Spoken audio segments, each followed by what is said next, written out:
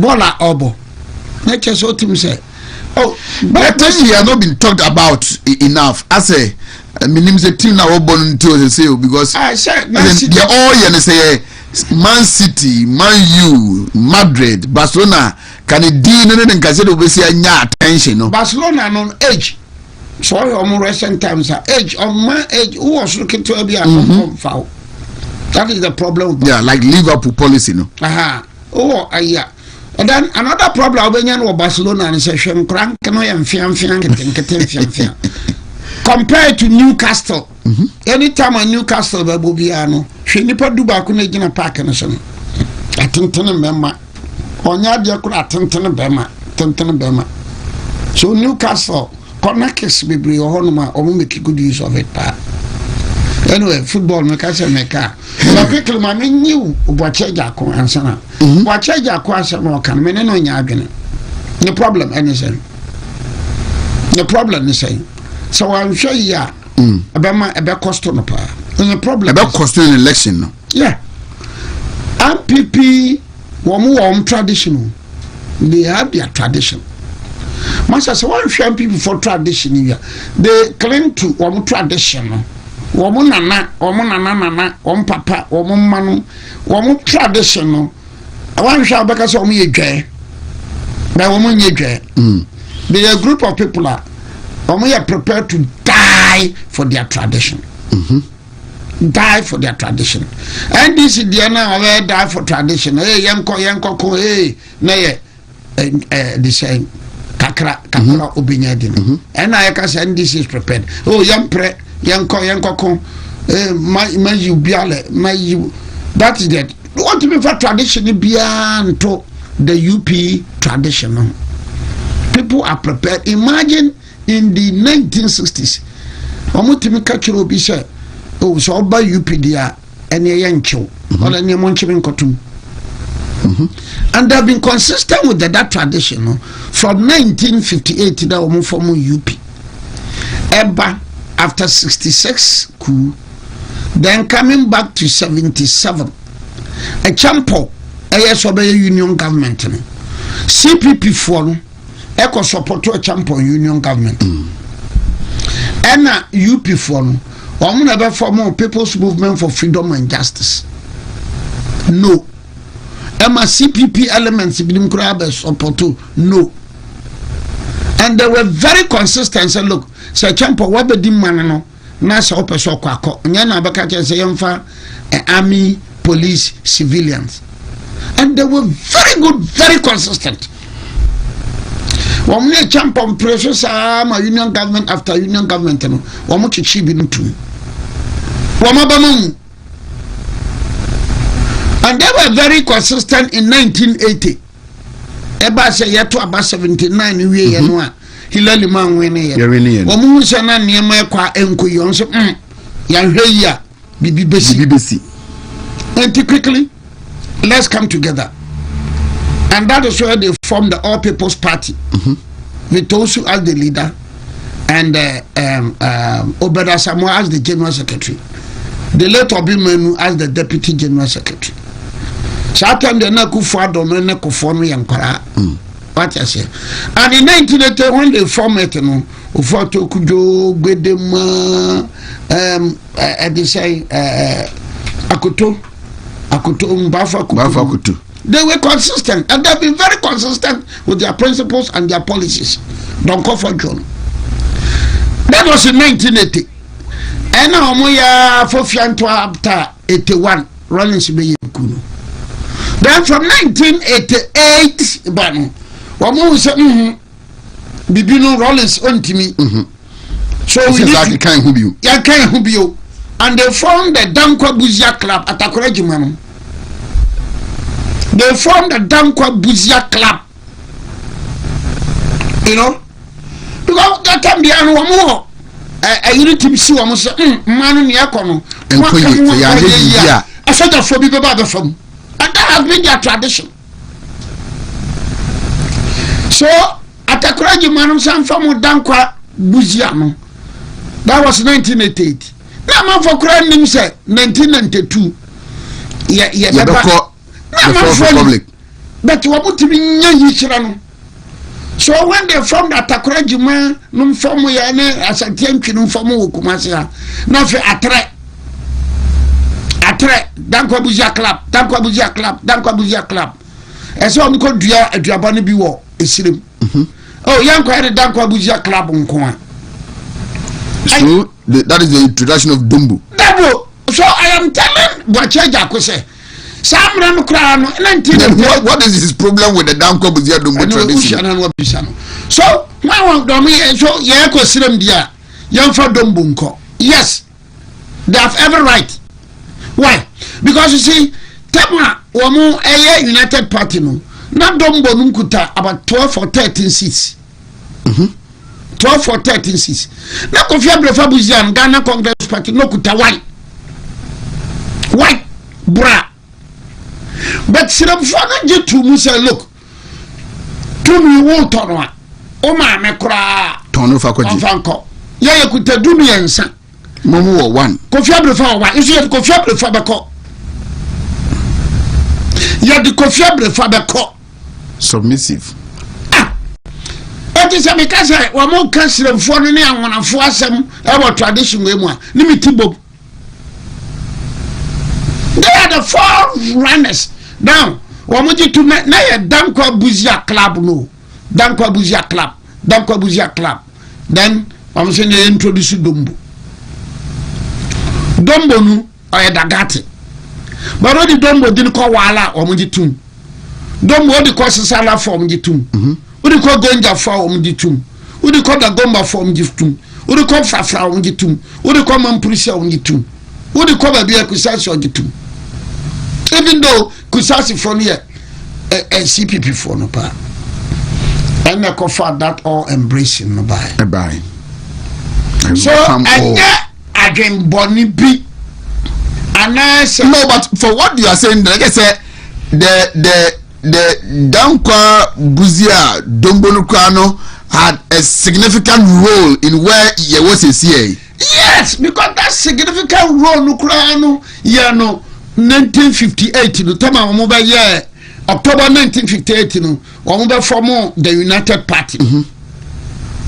Or the United Party, no, Aya Amanfra, Nasirum Fono, Krano. Dagati, Frafra, Wala, Gonja, Mampusi, Sesala. Nobody now, Kaboma, never could do me and son. But I tell you, Kofia Brefa. So by a meme phone, Silamfonia meme phone. That's what I teach. Some of my enemy. Yaki, Fuebinoma Bebre, and meme phone. Anka, or Mother said, Mamma Dombo. And anymore, yes, because then what majority of the seats. Dombo, and Jato Kalu, Anya, Yantiasie, what yes. But no, look, we agree. Kofia Brefabra. So that is it. And Kofia Brefa, no, as I to follow the mark of Kofia Brefa, politics a more. As I to follow the mark of Kofia Brefa, politics a more. And the Ashantis were prepared to accept Kofia Brefa. No, I'm about jettison the Jantuan. The full-blooded Ashantis Jantuan. No, Ashantis no. You're tired Kofia Brefa. But for Tom said, no. Jantuan me Ashantis. Full-blooded. Full-blooded, Kofia. Even though that time, you're Ashanti. So, Dankwa Buzia Dombo Dinuna Okano. Oka now it is a common he seems to have a problem with everything around the party this time.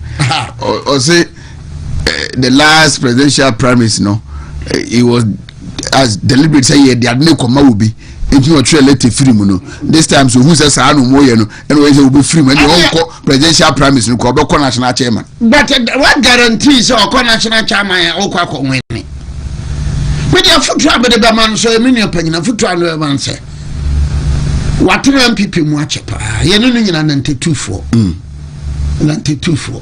The advice I'll give to you says, our comments, no.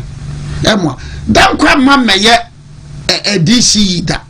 Don't quite mamma yet regional minister that. Don't quite me yet MP that. And so the role of play for this traditional. na ye mani dini enyirada Buzia de be prime minister but the role o play no na mani dini enye Dombo obeye minister I think Western Housing but Dombo rallied round was so loyal so committed to this cause to the extent that ani jato kalio numne CK tadam you cannot talk of this tradition abra obeja wo mo ho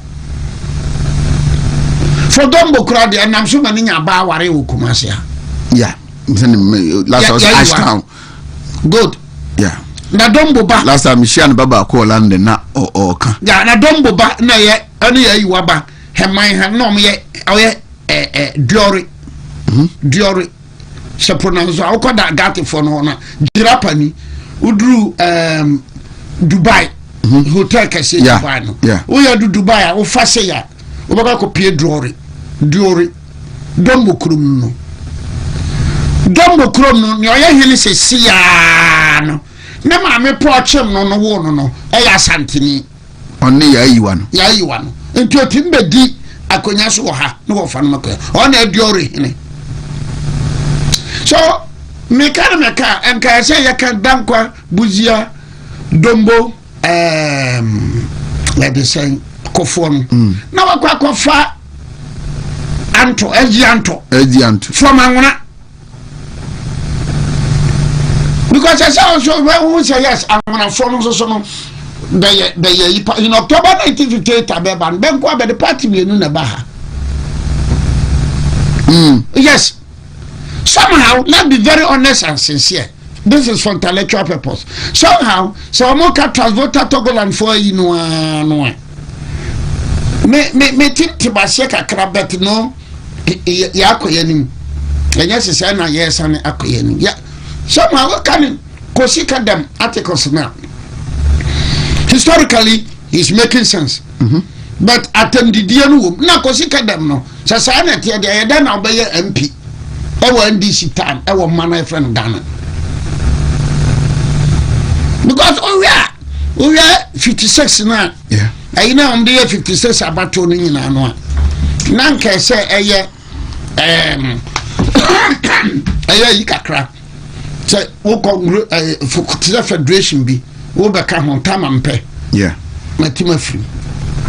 So this tradition no corner okofa LG antos so ebeka ho a enye namdodo ansen kwane. What in American? So, what Jacko? You will be in my back or some no. Yenimpa Nanyona wetro, Niawanamano, what etro. What you can do for it. But as for the tradition, don't go there. Menko. Okay, so young far and no more Ramona. Maybe you know. But he has a difference about me anyway, but San Kobo be on Sunday. What I couldn't be on Sunday, and I'm giving them education this morning. Bobby Ansano, or can I say, you're too for as I tell him, yeah, now Ashanti defense, you know, a room for no. Say, haba, na come na ba, a come na ba. The Ashantis, like I said, very Asantin kai. All over the groups in the Abanin, no Asantis. Now, money, Sirum for any. A man from Yesrim, Ashia Bompa. A very good relationship. Since 1700, more for an Anobeka Sabera, Bron Champion Becca, Honia de Anno. More for doing the original name of Moria friend Dega. More as at the fun I did why are they more. The name more I asante for, and the most are fought on the site of the Ashantis. It is obi a more nina now nkranza for to pass no be ya na me hebe nyina ba wira fi baba kwasem more dini ne daga daga asante for na my friend mo like Banafo, after the Rasa war no na omani asante fo no be free no na om ko boa wo mo no na om ko ya wo manna na efe banna to the wanda bannas are kakales from Africus. So asante fo, that explains why in October 1958 when they were forming the United Party, no, the Northern People's Party, no, it was formed in April 1954. NLM was formed in September 1954. But in October 1958, no more formal United Party. And Kofi Buzia was the main speaker. But quickly, no, one more formal party, no. They relied more on the Sinophono. One party cry or mate, one party our matino. So Bobian say Unimua. May write as an edding canny as at the four edges Sinopho just at the 40. And it's a Sati Defense Force. Sasantini Baba Kukurani. Nay a Sinopho, a Banafo, a Mo for, a him for, and lost. Amulons have been very good friend of the not the whole water, but Amulons. It is about the Ashanti Defense Force. Now, then you have a one for only my back or some now in Casa. So, Bobian San again is a Ashanti for they look down upon Sinum Oboa. They are the only group. This morning, make an Mewuda Denchirem, one Ganamura Kofi. Mewuda Denchirem. Check the history of this country. The Ashantis are the group of people from 1700. No matter where you are, no matter who you are, or no Kurakona or Defituya, or no Ayabakon, or the Yanchira Wase, Asantenkai, or Uncle Chitawas Asentono. And the ignorant ones who are making Asantene Koje or 32 Kojasa, what was 32? What go outside the Ashanti region? And I say, Asha Kumasako Autonomous. What is all the yeah, no. What is all the tongue? And let me put it on record. Any day, one year. Any day, Asante member Tenasi Biano. My unit Bia baby Biano. O petrol allowance at the mouth. Men are catch it all. Oh, really? Men are catch it all. Sometimes I don't for the other now, Obiri who just at the for many years at the front of Quanco. Many bent to Quanco, by me and no Krakani. Many bent to Quanco. So, Nkwanza in the bass at the mine, Brekum bass at the mine, Japecrum bass at the mine, Sakwa bass at the mine, don't say number 2 bass at the mine. I say, now as I take 100% or 2 bass as a toro. What is asem na wanhwa anu ye obeyino and asante man and asante ne no or the brekum process asante eyede ayede. But you see, misinformation and disinformation ni otanu what nyum kra no obone you know. So look, me what you be ewura mi ma me na me ma da me mo da nchirafo abaso da nchirase what is na no be yeah Baya dear pa, Hene no free hono, a coben fear to me. Mama mean, way so, and not him, so I say. The criminal does stood firm, even though I'm doing some cases against her. Even though I'm doing some cases against her. So she's too firm in traditional aspect, you know. Not those cases I'm doing against her. And now more akuyi. Danchira eyi pa mochi wonyina na danchira fo nyina hini ya kwaro na danchira asa Ghana Education Service ye ne se schools na mo wo baby bebre asa ba kire na school phone SHS phone ba kire ba bakosem ehia bin bare ben kire language metiase wo tamala dagbani ben kire metiase wo wala Mampugu Casa Benchero, Metiasia, or Bolga, Frafra, Metiasia, or Metiasia, Bedam and Fano, Casa Cross, and be a boy. But yes, I'm a Kirabacosable. because abakosem so okobe me mantam bunu region be kira abakosem na kan na tobe yoka no nyina no nka abafom baba kira ne baba ni mususu no e distort no okay no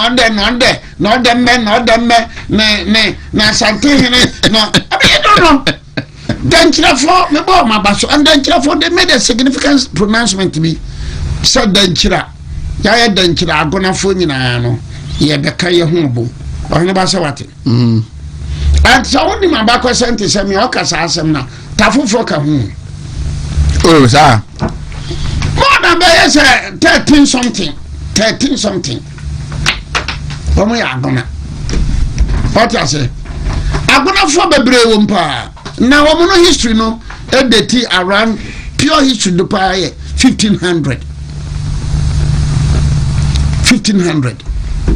now danjira edifiti adanse na danse so ye state pa around 12 something the danjira defiti adanse no ne danjira be ye champion danjira fo bi ne domase number 1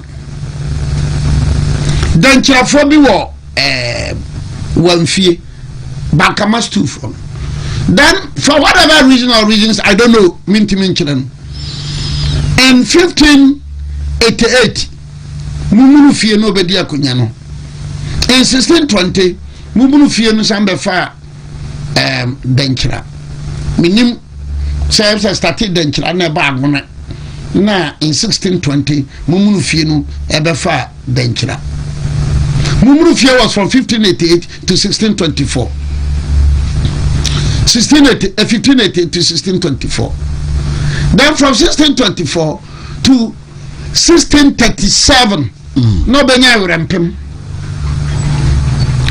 so bedi akonya then from 1637 to 1695 no benya boamponsem 95 benya boamponsem then from 1695 to 1701 no benya ntim jakare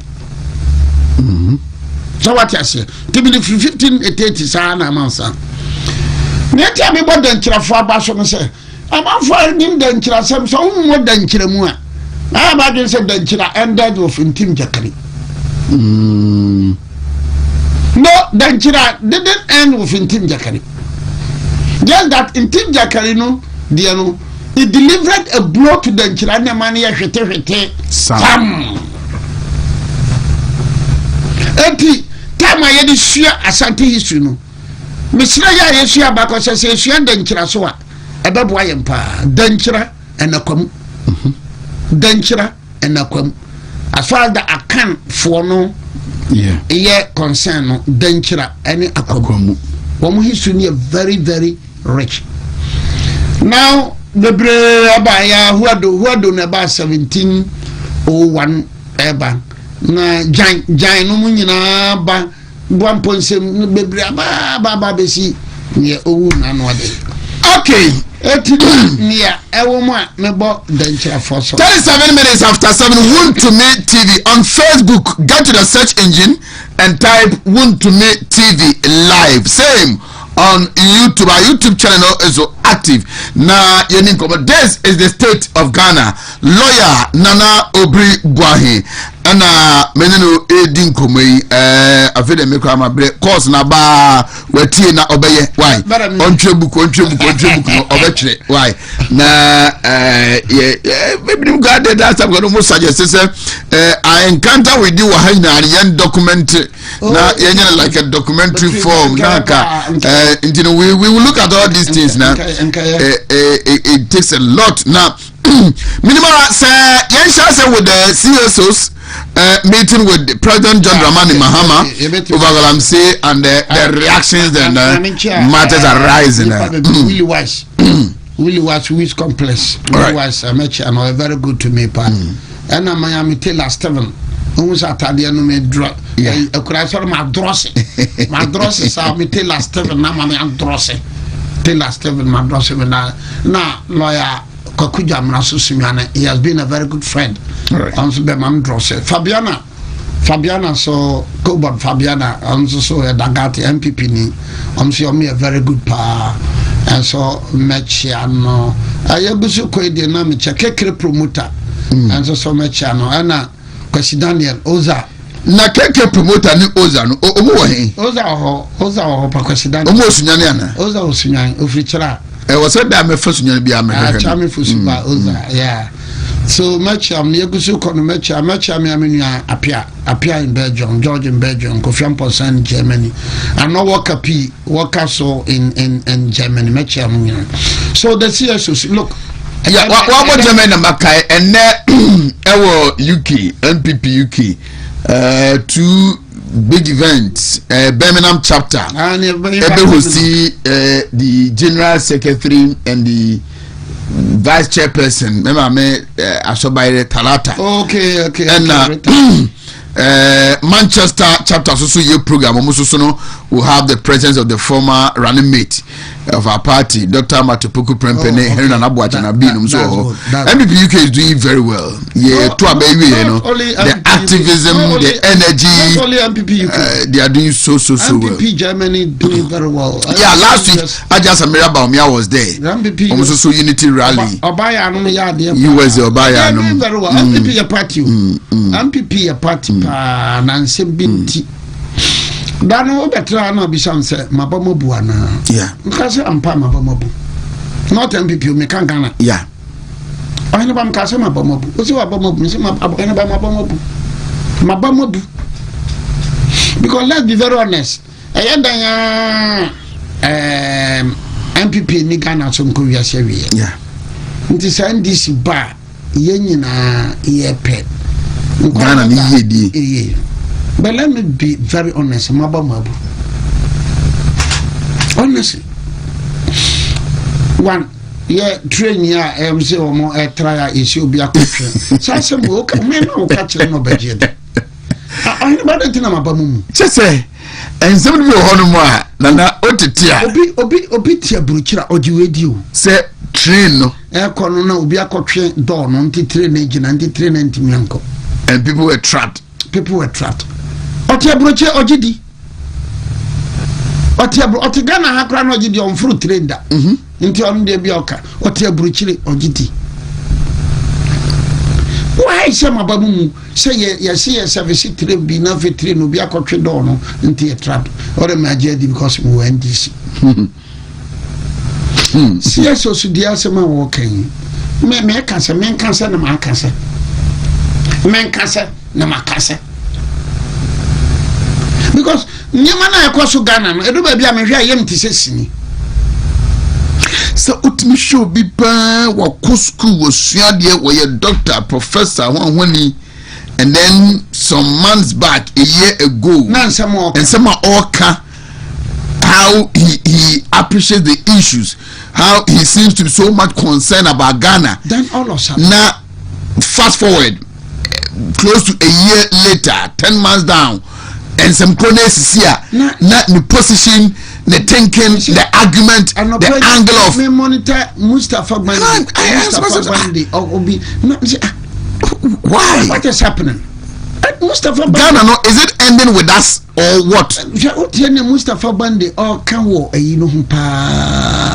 NPP for and then Bakubisu call TV station in about the Karisha. I'm sorry, Okasa Kuyaprim Kasanibi. And this in Okasa Kuyaprim Kasanibi. Say, Mama license.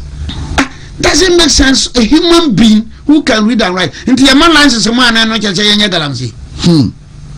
Oma, me and some Bosomi Konawa. Sabama license be bree. Entiana Magalansi at Tetia. And a galamsi to cry, I can Montiasi. Montiasi. Otaba. And so Toba Adom and answer. Or Obanano, or be or Kakuapim, you say, or your NDC, you are communicator. Say, your man license na galamsia. Last minister say, go to the door motor, 52% of them, every small scale mining. But say, your man license, not the panel, movies and license, be a galamsia, because there. There's a galamsia good na motor. Your license cannot be equated to galamsey. Yeah, Obi or small scale money die galamsey. The ignorance is too much. Ignorance, I get deliberate. There be ignorance. Ignorance. Ha. Certain bamobu. So this year, so President Mahama is here. In some no Kenya, Pastor Baby says, "Na yet." Nikusi say, na yet. Nikusi say, Omahe ni Obi. Nikusi say, No, what is happening? What exactly is happening?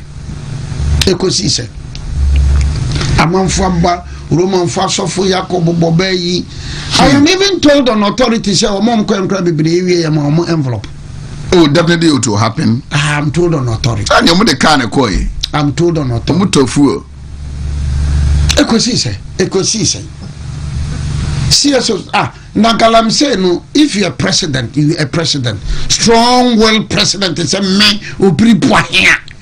Nampesa me family say abanigal. I also just be a match and but why would you say why Galam say na bafom? Just say the devastation has reduced drastically. No, because a week or two, the Chief Justice good.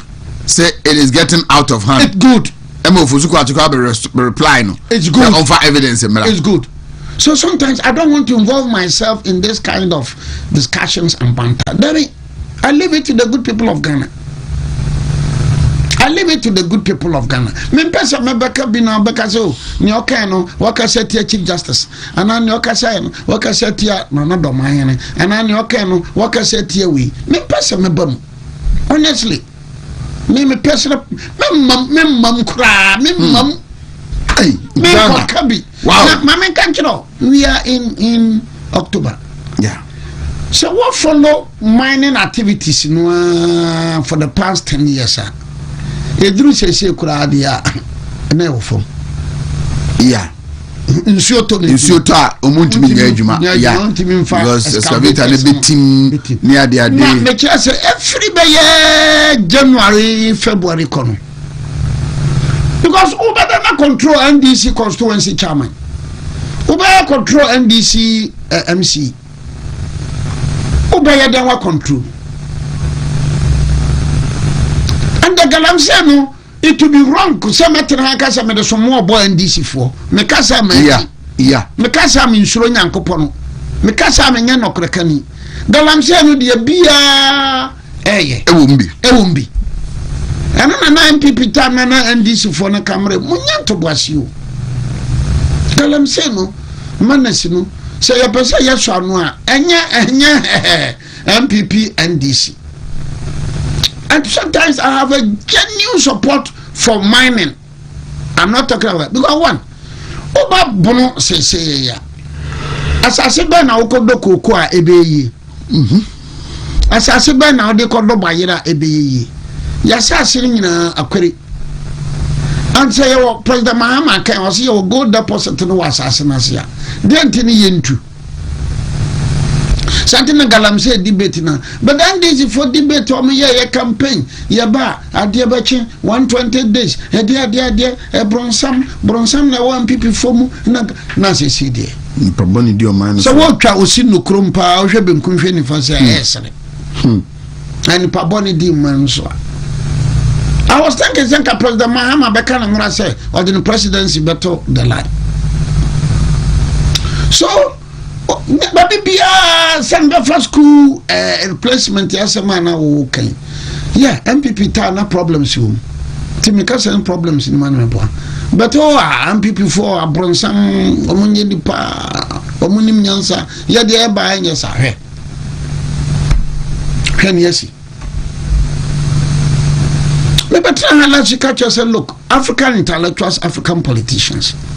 Michelle Yankopa and some baby say Yankopa ne because President Mahama ne Ruto Mako Jina US UN General Assembly. Can even come 3 days ago in Uganda. Bobby Wine or campaign. Bobby Wine or campaign. It's only Bobby Wine. Yeah. Or campaign Kran Halanga. Barabamanonko campaign. Onko Kurumbamanonko. This is Africa. President Mahama dia semna woka. UN go Gaza. you people serious?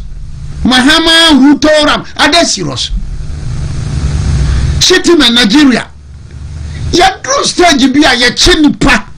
Na wako tuyesika. Na wajano. That's about could be a sea war. I say it's a plateau state also. The Papa Brube Diana.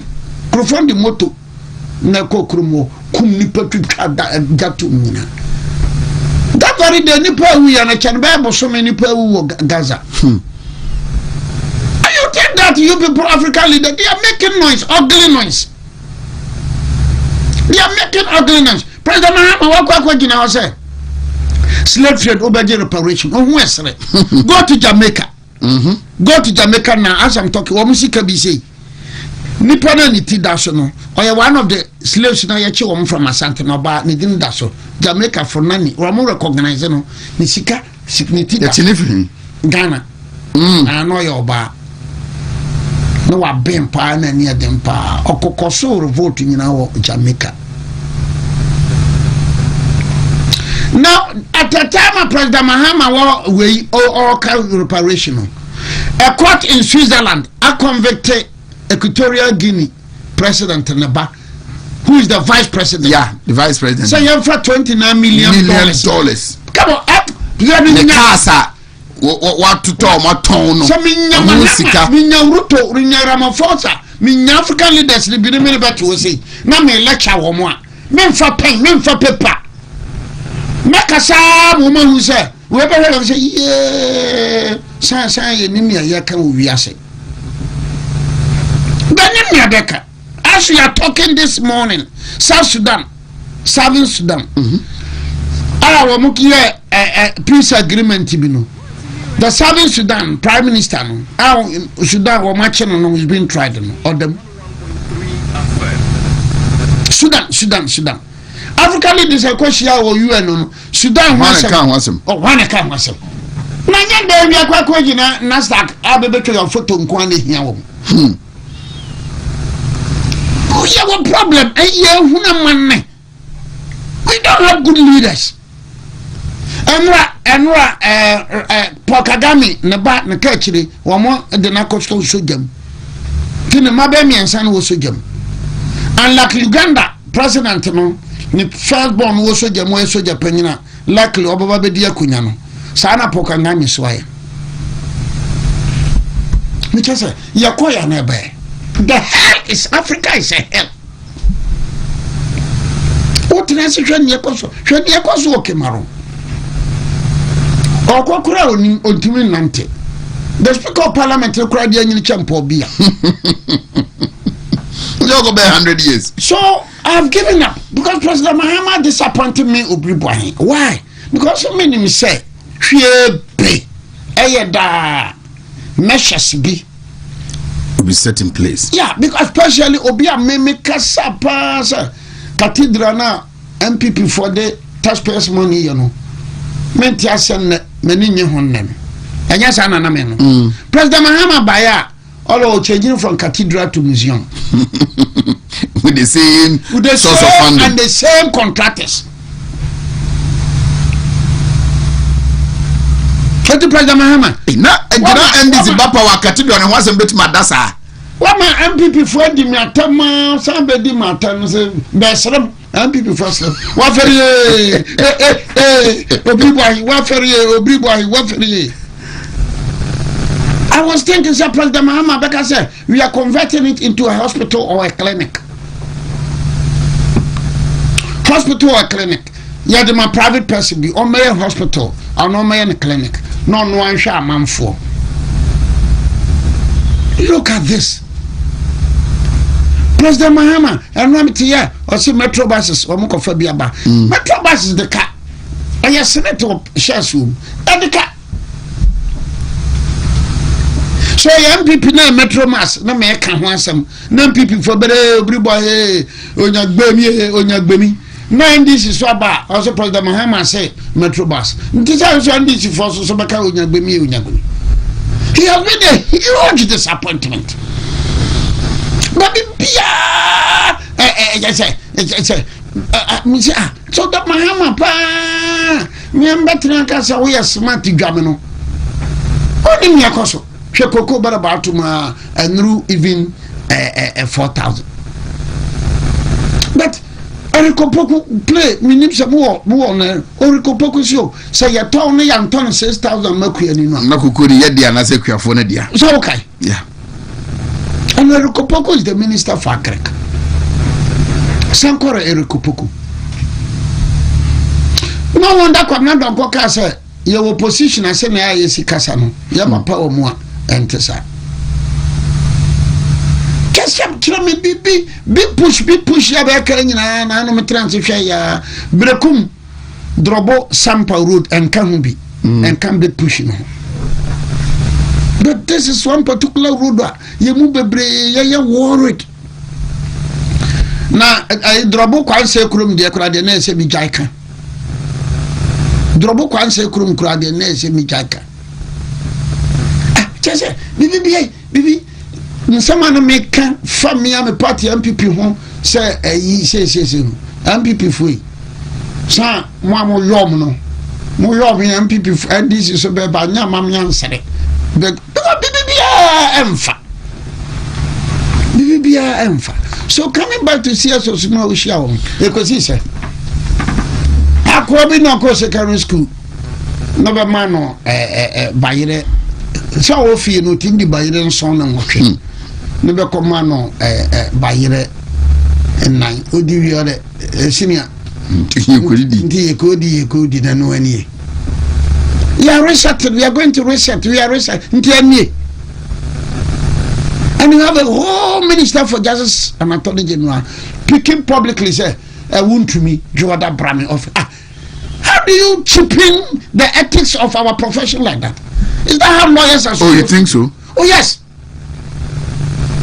Because you see, if you are the minister for, I'm not insulting, but I'm saying that, look, our profession, sometimes, your ethics of it. You don't say it, but I am inviting WONTUMI. Debbie. All along, WONTUMI is represented by a lawyer. You don't even come out openly. When you fa krata no call you. So as a lawyer, respecting the ethics of the profession, you write to WONTUMI lawyers. And but he's playing to the gallery. As a who you so WONTUMI no, they are witness on public way be. They are playing. Say as a Yenia Brace fighting playing to the gallery. And Ghanaians are now discerning. Okay, I say about where you have comments among for their mass here. Yeah. Way,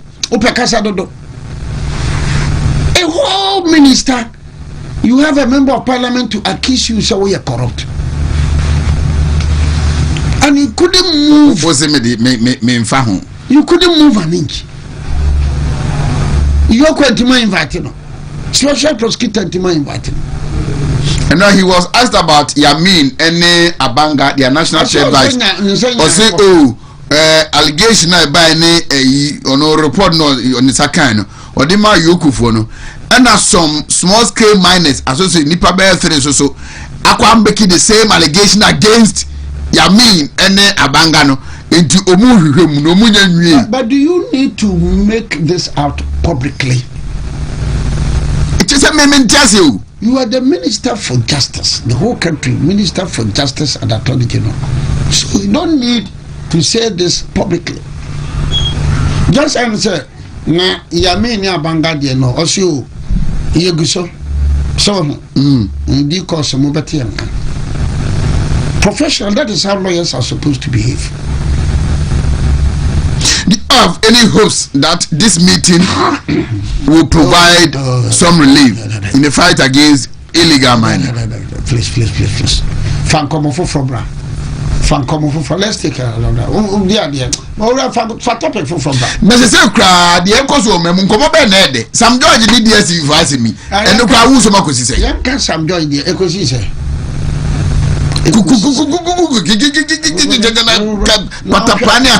Press conference. Now you are engaging a journalist. Or some question again said GS for she spent time on comprehension. Evans Mensa. Evans Mensa.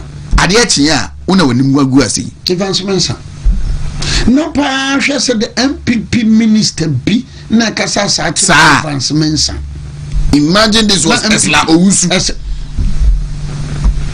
When she was the communication minister. I don't know what kind of same way. Certain Abisham said, Mabamabu. I was thinking Kabia, he will eat an humble pie. And meanwhile, DSTV from Gra are saying, sir, some charges, no. Ya yetuyam. NHI kahun. Yeah. VAT kahun. We kahun. We kahun. Until you had 28% to be. But in Nigeria, it's 7%. This is what DSTV is saying. Until I was sure. Yemisaya Yabari. DSTV for Yemisaya Yabari. Sir, Yabani no taxes. I'm saying until Nigeria, there's 7%. This is a multinational. Look, once again, let me come in. I will for this country, Misuma Manta Africa. Let me say how ineffective African leaders are. What do you say? French, China, Canal Plus, Abeto, DSTV. Yeah, multi-choice. Because we lack the Kofi Abdul-Buziers. We lack the Professor Mills. We miss them. We miss the Professor Mills. We miss Kofi Abdul-Buziers. We miss the Namyogo. We miss Nandi Azikiwe. We've missed Nelson Mandela. Look, African leaders are smart, no more good, no more forward looking, no more visionary. Anka omo even Echo was for the team here, Echo Bankano. And come beto channel. Now channel projected the African potential. Yeah. Because Al Jazeera, we are for Middle East women. Yeah. It's about them. It's about them. And BBC and CNN know what they are doing. And you know Russia, the rhetoric. So African leaders are very progressive and visionary. Our continent will also own it. Then we will tell our story. African leader, you open no. You open 134 Beko UN General Meeting. It's a continent in a mess. What I wrote in the cultural say, how Europe underdeveloped Africa. In the 60s and the 50s, so no Muslim Africa, no Bruni Netwinchani, Yanam. But I said, they are so Africa, Saya catching a woman to me on top. This Sam George Kuku. My was Ashanti region minister started say, Omuntia GTV. TV license. Please, you are regional minister. You are doing well. But baby, leave some of these things for some bloggers. No, you're a blogger. Oh, you're a blogger, regional minister. But he's a blogger himself. Almost 24/7 to TikTok. Because you see, one, if we have serious in a country now can graphic D 70 something years now, we'll be going on all out with the debate. Say young Tom Chesney na banki takitubi and na balance now control Daily Graphic and Ghanaian Times. I was thinking be a minister because say GTV. Yan discussion, yan privatize it. Matuami TV license because it's what you are not about a queer region. Come on, I wish so cheap. Yeah, for pa, just I be before pa, dear me. We are enticed by petty stuff because I may need any problem, but I could never what so as a regional minister now. The regional Security Council chairman. Now look at how he's exposed. No, but just as a good baby. Okay, is a minister for all now, or a socialite, or open part. Yes, he is very welcoming. That one I know. Open part. No as a medical doctor in Eka, but Indonesia that at least he should attach some seriousness No, but no. To the office now occupying. Yeah, bebre abambu. Business ebe Sam George di. DSTV. And this is the multinational. Minister Munatra or maybe I should be a multinational. No be investing in a multinational company or baba. And Masoni and Anisha Hinfa. And I believe that the matured minds in the NDC, you know, be brave. We say, hey, Yanume, hey, Yanume, hey, Yanume, hey, Yanume. I believe so. The matured minds. It's not the best. So some joy DSTV. I don't be a card here. And the measure ball here, everybody do back on call. Measure Kusana, I don't know what tree. We made the ball. Said GTV. I believe, sir. Look, let me be very honest. Sir, Ibrahim Traoré. Send the man to you. And Cabanano, one shot, or but privatize the GTV. And now, be individual GTV, GTV, so be idea. That's the way I see it. Just sometimes in the comments, in the socialism, it's a capitalism. He shouldn't go there. She shouldn't even try it. Yeah, but you know, who share Osia Oya?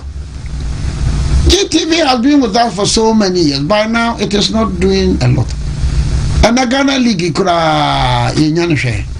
The consistency in GTV, DSTV. Every 22, 23, 24 channels and many born ashes. If you cry about blasters, a crab or Ghana, could and people are comfortable with that. And Obi Toko, Obika, Efa, DSTV, ne Sam George, Obi say, Oslo, can GG or something. Can DVG. So, why some we can? Some would did say, be a beginning from so, and find a cockot, or you'll be a cockot. What did there be and say, and say, Massa Maya, you are monster mon canon there, you can't to us, you can't to us. Because the President Mahama knew Mkushi and Kusishi. But I'm Kusishi. Because our law no cry, Mamma Fukura Forest. The law is still there. Now, I don't question, maybe I'm a Professor Jampu, and Hunaman. I have the Miagas man who knows Professor Jampu. Not copy Mensa Suman whom. Now, Oliver Suman who Oliver Sum, and I'm a boy. And I'm an Inaba Faso. And Raf the citizen, Raf the Oligania. Yeah, one kind of Raf the Oligania. And man, it tells you that look, and you know, Africa disappointment from your leaders. Disappointment from leaders. The leaders do you know, sir? And I remember that. Now, some soldiers in Benin had the message Aquacoma Traoré in Burkina Faso say, or more soldiers. Sit the government in Benin. Look at this. When I read it, see. When I read it, see. And no, you look at, you find out a lot of the youth in Africa, Nepa, Nepa, Uganda, Nano, Bobby Wine, Air Qua, Womo, Air Block, Nebikuta placard. Nepa.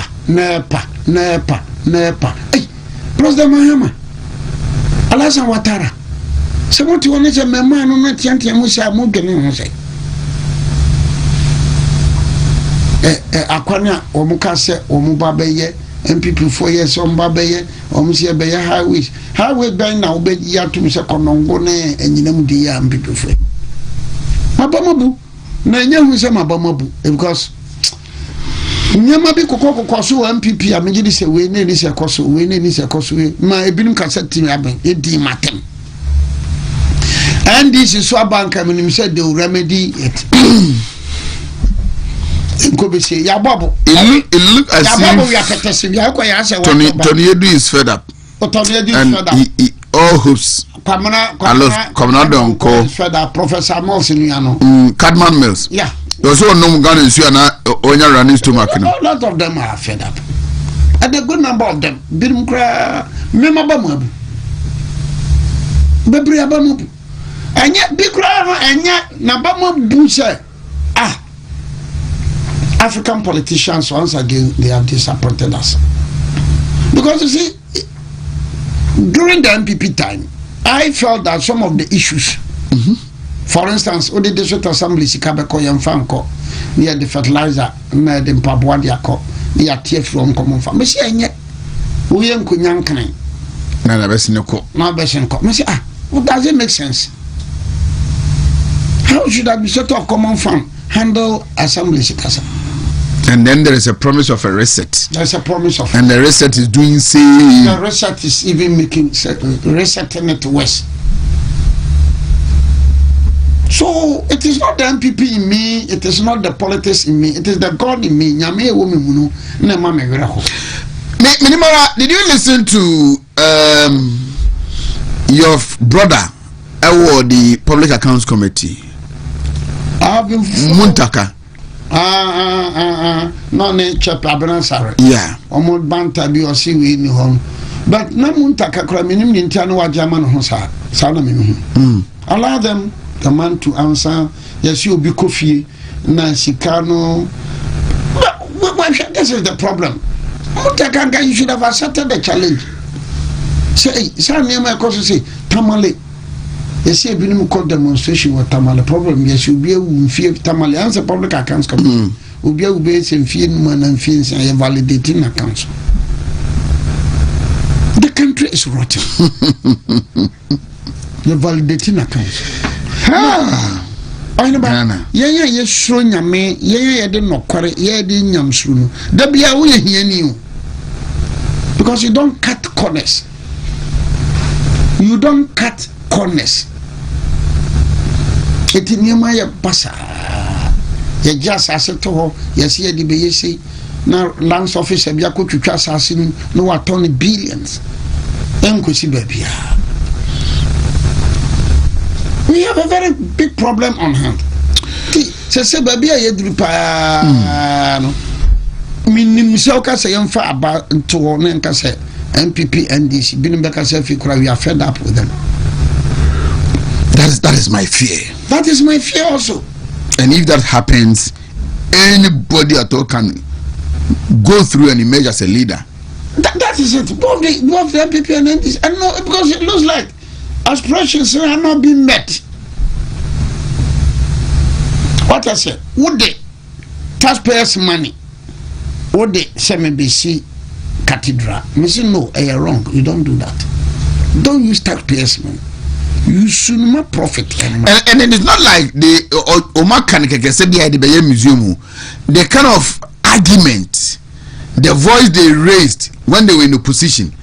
See the Muslim when they kick can some a big in soon. Skaza Muka said, Orano, Ebema, Omagino. About 20 million or so. Now you can't ya pilot document in a bag. Say, alright, from Krata, and that's all. I thought some Rawati. Fifi Kote made a statement to be said, say, a lawyer for Namu, a man for Mudi Orano. What can I say? Yes. Fifi Kote made a Kopoku by say, Omanko for Nama Galamsino. Yeah, they are aiding people. Oh, yeah, Kopoku said it. Now, I also can't get you and President Mahama, and that President Mahama, she a woman of cancer. No, okay, before. Okay, before. And Opoku was forthright. Yami was forthright. So I think I'm saying, the Yami call Yoko Nadia, Messi, and Abanga, Messi, Menti, or Moisia. Yami is forthright. You only admit to say yes. Women and man is coming to see a coalition center in Ashanti region. It may be the assurance was that I will help them to do their work.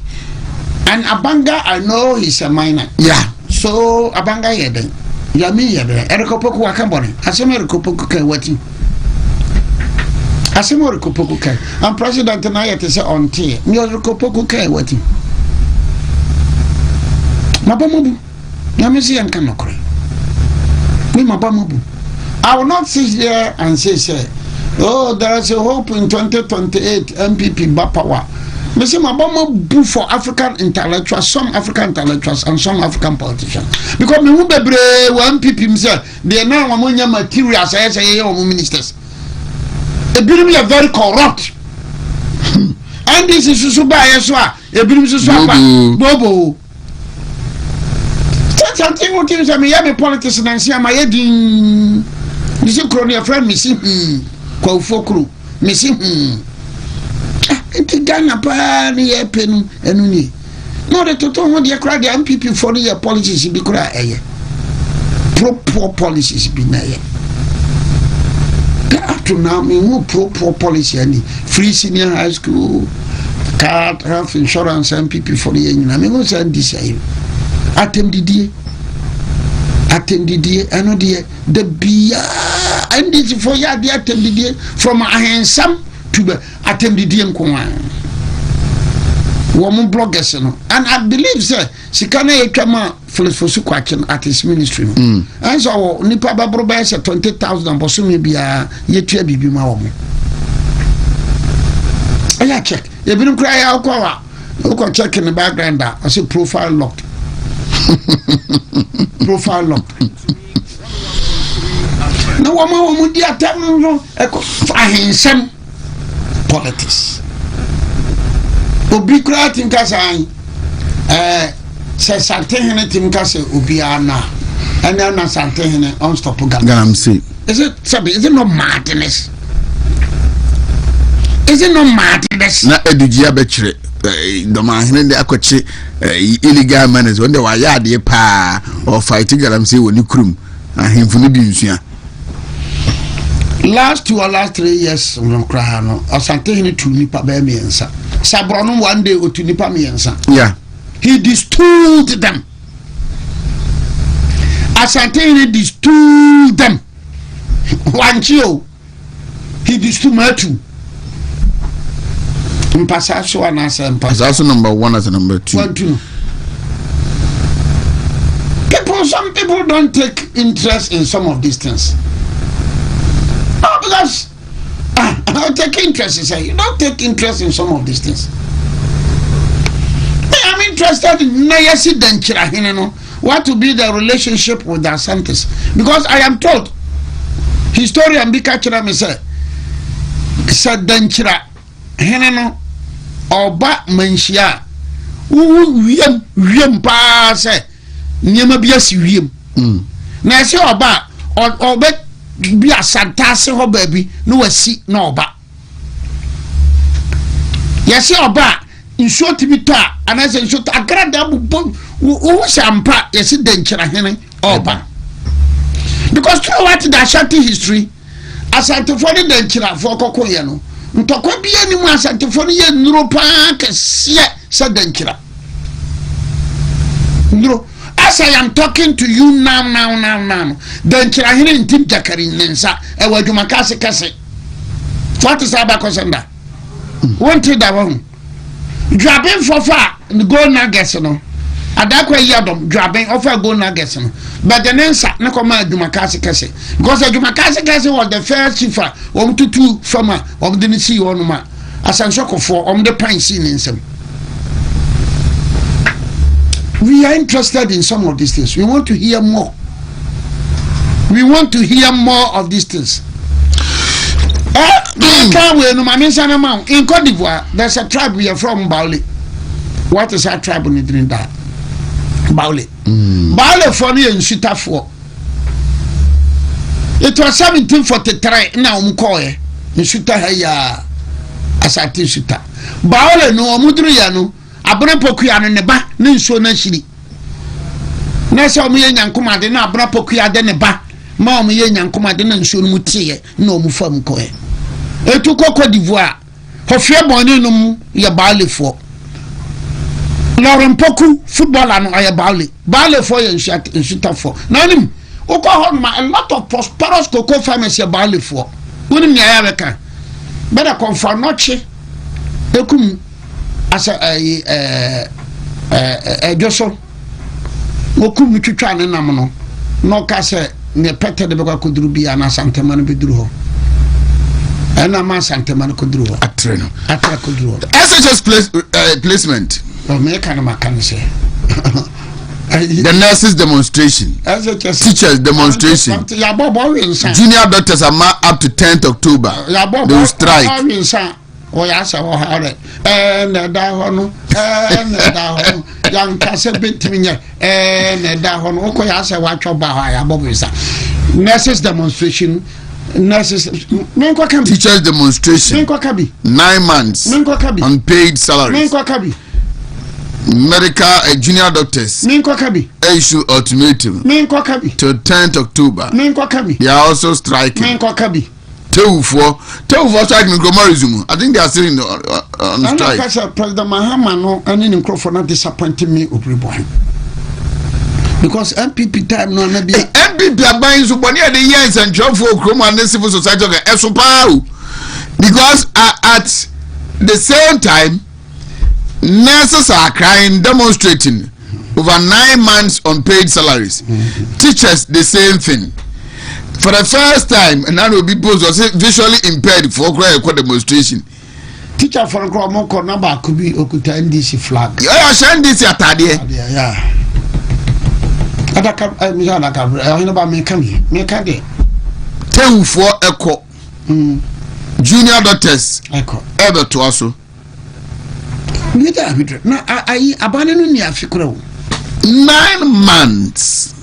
Abandoned me after. Within a 4-year mandate, and it looks like it looks like I said womo obi ya kire womo say after 2028 mu mabiu nti I say obi epenyo benya sana mimi hunu say ebi after 2020 nti obia prayer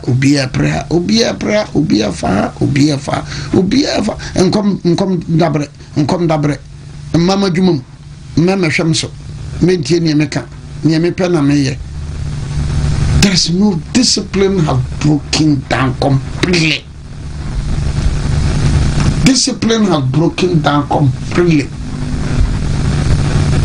And what you say, it be a Busha Dankwa.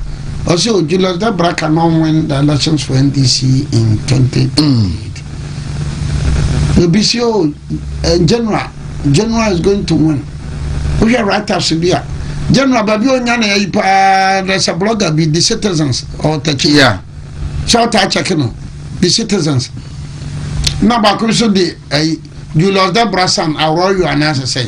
Also, the answer Julius de Brassa. Now say, when it is coming, it is coming. Ya Bobo Brofo, Kobu de Brofo. Also, when it is coming, it is coming. 9 months. In fact, I read a lot about Professor Dr. Hilal Imam in 1979-80. Makinkain. Makinkain. But you know, where Hucha Hilal Imam then? Yeah. When Hucha Hilal Imam then? Hilal Imam no because on no nya CPP ni panti. Na okutwe bekoe no na chese wo mo twetwe no na ja moro igala no na aja wontimi nkasaka be we de ayese chese bi one bona ka piso aye piso no some fantasy. And why I'm hugely disappointed nese me ka say MPP President Akufo-Addo mabama busa wo de Ghana sika ye cathedral. Na Minister President Mahama ba na nke bi ode be clinic or hospital. Na President Mahama say ode be museum. And I'm told an authority say contractors na Akufo-Addo edema omo ye no. Omo na say na be museum no. Dia na asasa. No.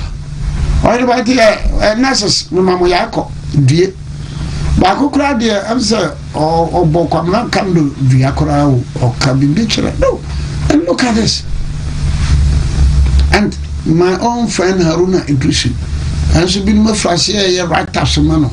Mamu say been my young Toma, or the one, 9 months, abandoning 9 months, and serious. Oh, we have baby cries or moko baby. Nancy said, "Don't get your son." You lost the brown. Yeah, I think it was a mention. Nay, we signed a book of condolence.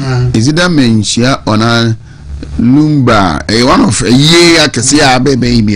Because I sign a book of condolence. Now, Julius has saying we now. Oh, sorry, no. So didn't get your channel. Yeah, I'm telling you, I'm going to come one fee. I could share another gun to her. Nah. Okay. Everybody against ethnic politics. I don't know the crowd. Dr. Boahen said it, and it is true. Let me repeat it. So, who cast away free, the politics, the MPP for. The they embrace each other. But you know, let me be very honest and blunt. But you with me? With you. Let me be very honest and blunt. I think we didn't make good use, or Nanado didn't make good use of that issue during his tenure of office. Yeah, that is my personal observation. I may be wrong, but what you say? Because you know, a lot of the appointments were centered around the accounts, and for me, that wasn't good for a political tradition like MPP. Let me be very blunt. This is my personal argument. Why won't me argument? Why won't me argument? Because we are the later part of Nanado Noa. Now I can't know, especially Ashanti and Eastern region. Not dozen. None of the Biami can want some anything a portion by chance about Mambin. Nam can want and yet, where sir, more the Dankwa Buzia Dombo tradition. More hand. Because I don't think that we witness a full-blown cabinet minister from Oti region. I don't think that 2021 year by a full-blown cabinet minister from Ahafo. I don't think that 2021 a full-blown cabinet minister from Bono East. So, Okofa ministers. You know, a cabinet minister. Martin. My letter part. Okay. Yeah. The last say you buy. Letter part. So for me, Obiri Boahen, me personally, you know, any tribal politics na me ye. Any tribal politics na me ye. But me Obiri Boahen, you were 16 regions, remember. I believe that if the opportunity comes,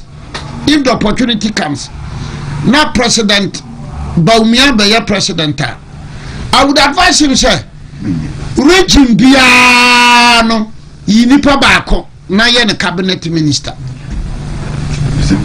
Region biano, yinipa bako na region biano, yi deputy minister free ho. Okay. Region biano, CEOs, high commissioners, ambassadors, balance no.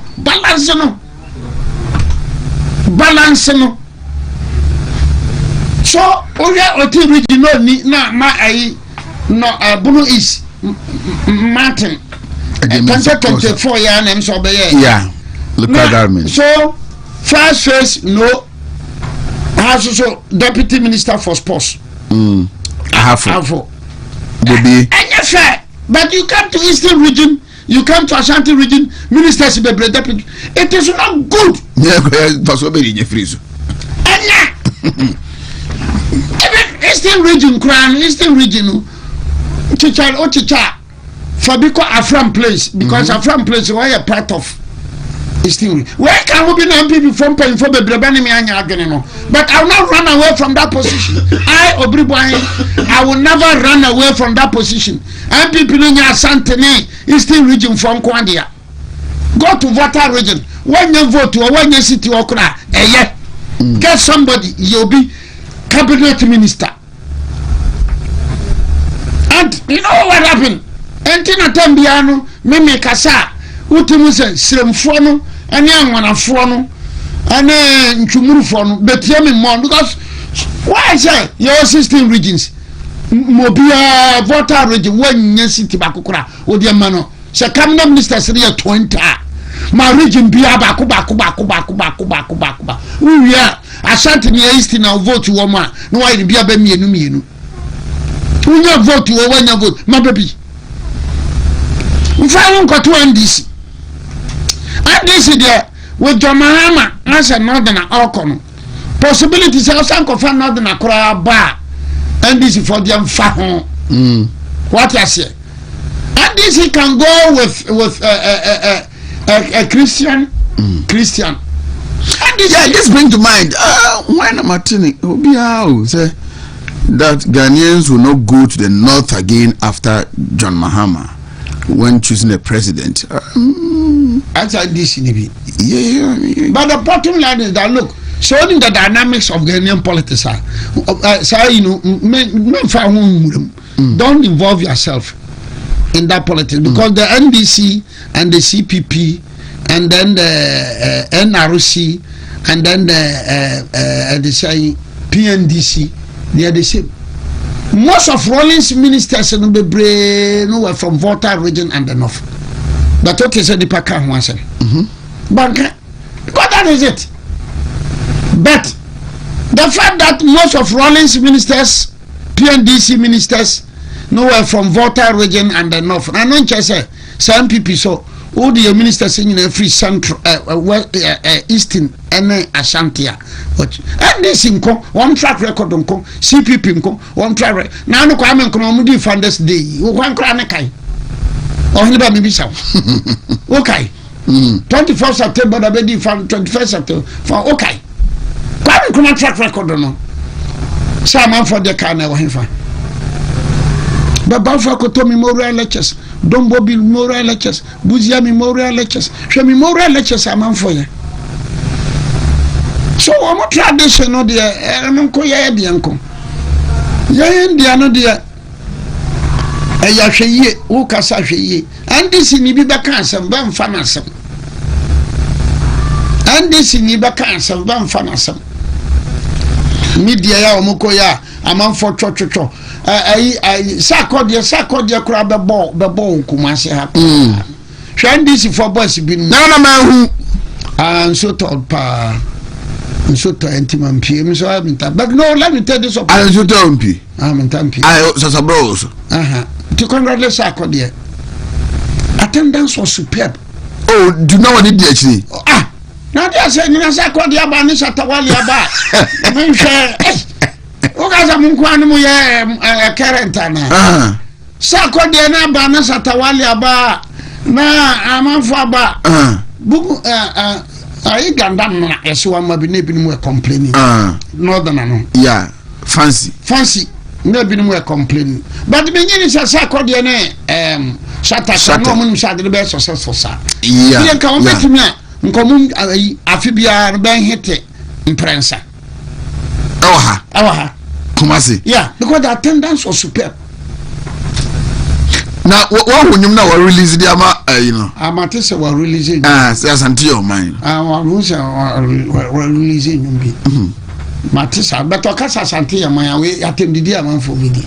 Okay, Asante your mind. And now I have a conversation about the program and how we can get investors interested in the event organization because obaye hotels ayema Uber for trotro drivers umumu aduane umumu koye makeup near the value chain it is okay bamprensa na semprenna ya on just secure the backroom ha on shata on betimi aye senka ye 2025 but now 2026 nka o madron program on ba hit say ba hit date we ya hit date we yeah and MC portfolio or can omomo ebo anama or say rapaholic no ye no Accra no obuku event like event no any date no 10 years ahead sir intino otwamu be 3-4 years no asa ko extend no inti the next 10 years bia no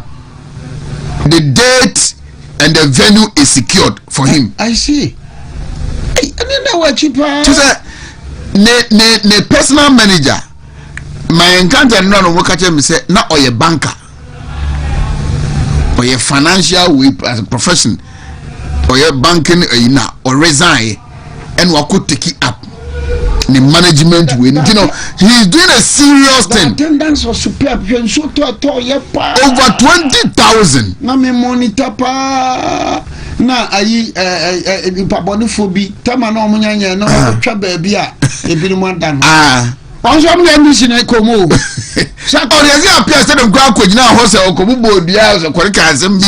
Oh yes. Em no na me panel make a chem. On dey ndisi kom. Because we are bloggers now. So, oye aligned to the MPP, Intino. Now, obey Asante when they are aligned to a. When people say that Asante your money, you know, because between two or one you, maybe me knowledge in history in here. Look, by 1950, now you are money nine. The whole Northern Territories here, man, back home. Asante, money me, you know.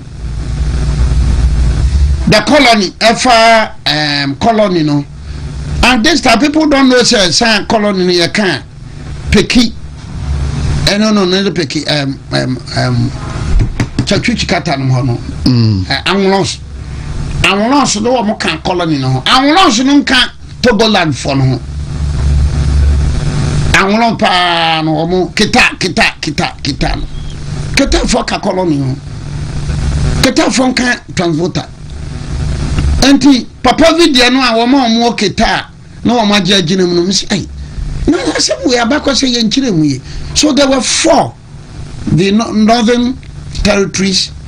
And Asante in this context means Asante, Bono East and Hafo. I money. And that was why in 1957, na Kwame Nkrumah epefa hudie no. Now these were some of the problems we are now facing. The Asante didn't want to join. And it took Dan Kwame name Bebre to do a discussion behind the scenes. Because they foresaw, say, look, you can't go money, one year a problem. That is as far back as time of Ben's constitution. It is as I call the Asante money. Why wouldn't you know now? Who can say Tiano? Well, all right. Sorry, we have some 10 minutes now. Yeah, check it out now. Obiri Musa say Julius or Sidin Ketia. Even was Sidin Ketia. And I say but the Bono connection no. Now I said you get here by me call. I go focus on honum. Even though they actually want to half no. Better than pay half full. I pay half. And so now Bono half region, you know. You still I said you sir. I said you am pregnant me come for the phone. Now the possible running mate to say didn't get here. Haruna Drisi so to never am fill form. Sir. Naka. So Haruna Drisi at the Gomba. Now is a Mampusi the Gomba and Gonja and it's a Sala Wala the Pastor now was saying get your amount high. Oh high. And did you go for saying get your minister. Was said you but only one is a kono. It's interesting. I didn't for the but me no NDC who they can disappoint you. Don't underrate. This one is beyond. They are good at it than us. This one. Because these people have. Most of Agman they say John Mahama they decide who leads the NDC. Now Ras Mubarak also fire from the other angle. Say don't get your turn our corner. You see. If you are a knowledgeable person, you know in politics, NDC paid the price during the during the Federal Declaration. NDC paid the price as a party. If you are knowledgeable,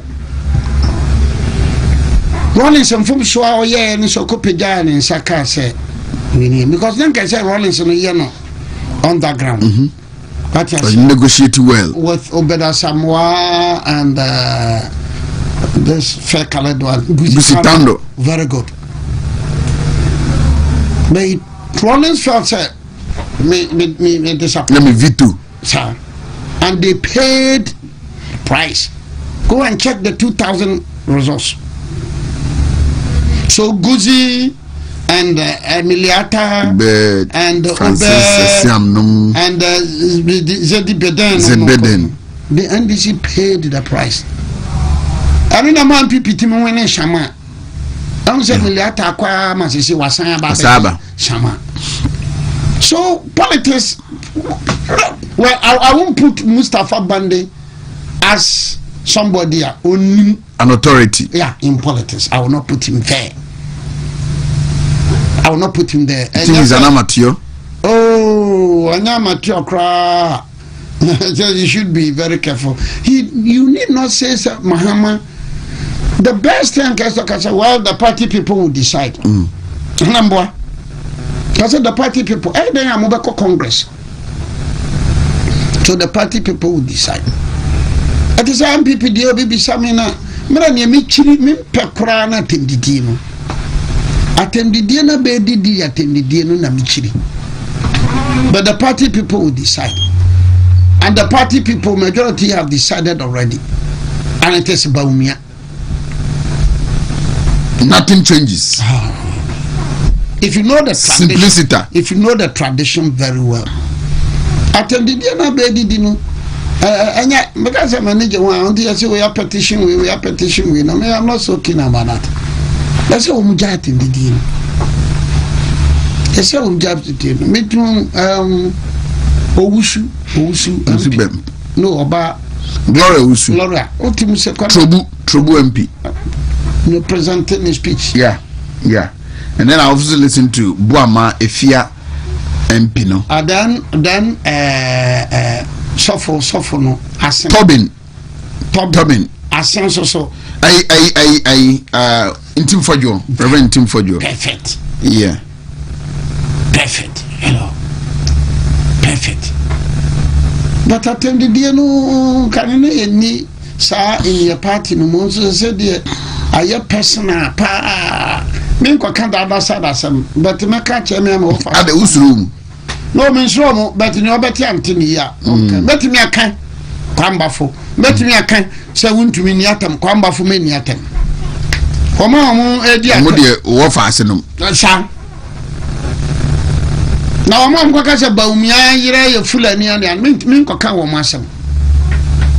Because why do I need to talk about them? Why do I need to complain about them?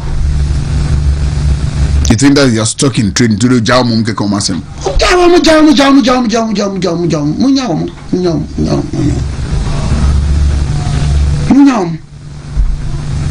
And these people were given appointments by Nanado. And now they are saying say appointees who did Dr. Baumia Tintian Trobentiano. So what you see? So you look at it and it's quite if you ask now it's not fair. Boahen said you get an appointee. How your campaign ma obi. No can you say she omo did Dr. Baumia chi. Omo ne didi jamu ma accommodate mu na appointees no. Say motoba baba ma no a omo na be say abenya appointment mu to appointee mu. Meanwhile wo so na chitafu no nyina. I'm even told say a binom kura no more board or so MPP tab they are still on the same board when this time.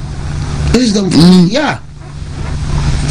Come kan Baumia no more board so in MPP time. They are no more that so ho. No more candidate be achi. No more catch say sanko fo na edidi ajamu. Timamu nkoto aba ma wo mu na Dr. Baumia benya wasade ama wo mu a. And some are talking about Kremoni Nadia na sabio MPP parties in Kremoni Gaza Chokwana President Mahama no na Yankremufo no mo odeko Yankremufo Ghana ha asofo na mo bebre munko Israel da nso wan so bia so beka in support na no Israel Tunisia on Israel o mako blast flotina bi ship bi na the ace air con adro air con o mako blast no the we need there for 5 days flotina. And then Trump is saying by the close of Ochina, please propose now or the Hamas form. So man young to moi. President Mahama Mokanda sense. It's so disappointing. Say yeah local politics there, but a cremoni and say obey man penny. Is it not disturbing feature? Cremoni say so obey man penny. Cremoni say party wama jinemu in MPP and ensusuye any trimupa Cremoni no Dr. Baumia dane dia NDC disagree yen one done on them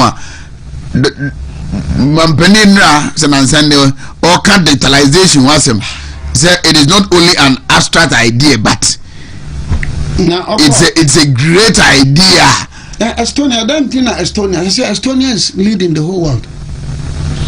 Since some of the Baumia Kaya would disagree now, and they are running to it. Oh, Ghana card, dead exchange program, we just say. Kramun, I need to be yo. So, Tia Pant, Yawofi, Yawo Krase, Yawo Krum, Timikase, Kramuni. Ebe man panyina enyi Kramoni eni so man panyini Kramoni ntimi ni Ghana so, and lo and behold Kramofobin have bought into this. Haba me wan Kramofo won hwe the other side so be ko kase Kristo ni ntimi ma Ghana man panyina nka menim sha asod dani mo dani nipa ni nyina ebe firi wako. But that is Ghana for you. I don't know if you have seen me go and person make us happy because I didn't bomb pisa. Never cost Ghana no a bomb pisa. Never cost you as a bomb pisa. You look at the world politics. You look at what is happening in Ghana. What is happening in Africa. African leaders, Kojina Babi, say 3 countries, you know, so I'm buy one passport. 3 countries, Niger, Mali, Burkina. Guinea has given them the assurances of joining. And it looks like Benin will join.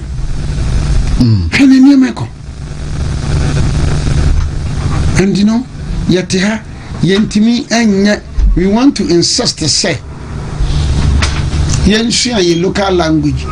It's a very good idea. But a country like Ghana, in case of French, is compulsory.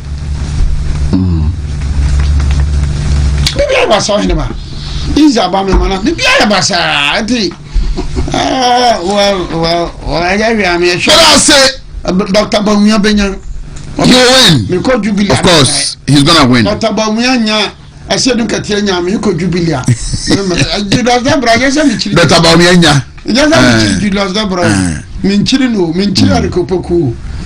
But I know. No, quite unfortunately, that's about Tabamian. I said in Katia, India Maba, maybe, but I'm more serious note. I wish all of them well. I wish Dr. Baumia well. I wish Julius Debra well. I wish I said in Katia. It won't be an easy competition because if you are knowledgeable in politics, a political party will be rule for 4 years. Now, but so many pay. I started some. Why? Because I was listening to my brother Mura Udu last time on Metro TV. Good morning, Ghana. Uncle Ato called into the program and he looked so worried. Say 9 months, just 9 months into a 4-year mandate. Now the Omashas here, we had the whole of 1980 every year, from September 79 to January 1980 to the end of December 1980. When we entered in 1981, in agitation, but this is that never in the history of this country. 9 months. 9 months. This is that. So that by 2027 no, when Mahama is getting ready, the ministers preparing for his exit, the regional ministers no. And from P to Bremi. Because Obi and the people. Yeah. Then the national officers of the party takes over.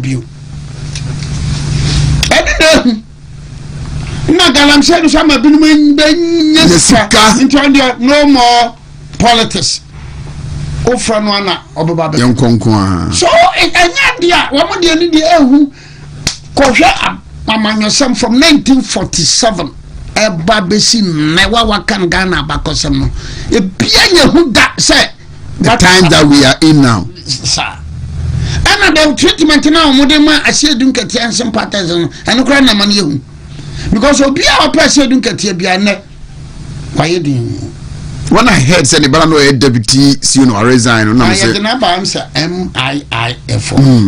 Nam say eh what you say and now obi person okọ asiedun ketia ho no kocha na obi asuru but enye sa we wo ha no enye se no de obaka na afa de bedu 2027 no masa ebeyi hu regional minister bi am for bi ahun because bi ara regional minister no one Julius aye free so ne Julius aye free Mahama cannot reshuffle the person.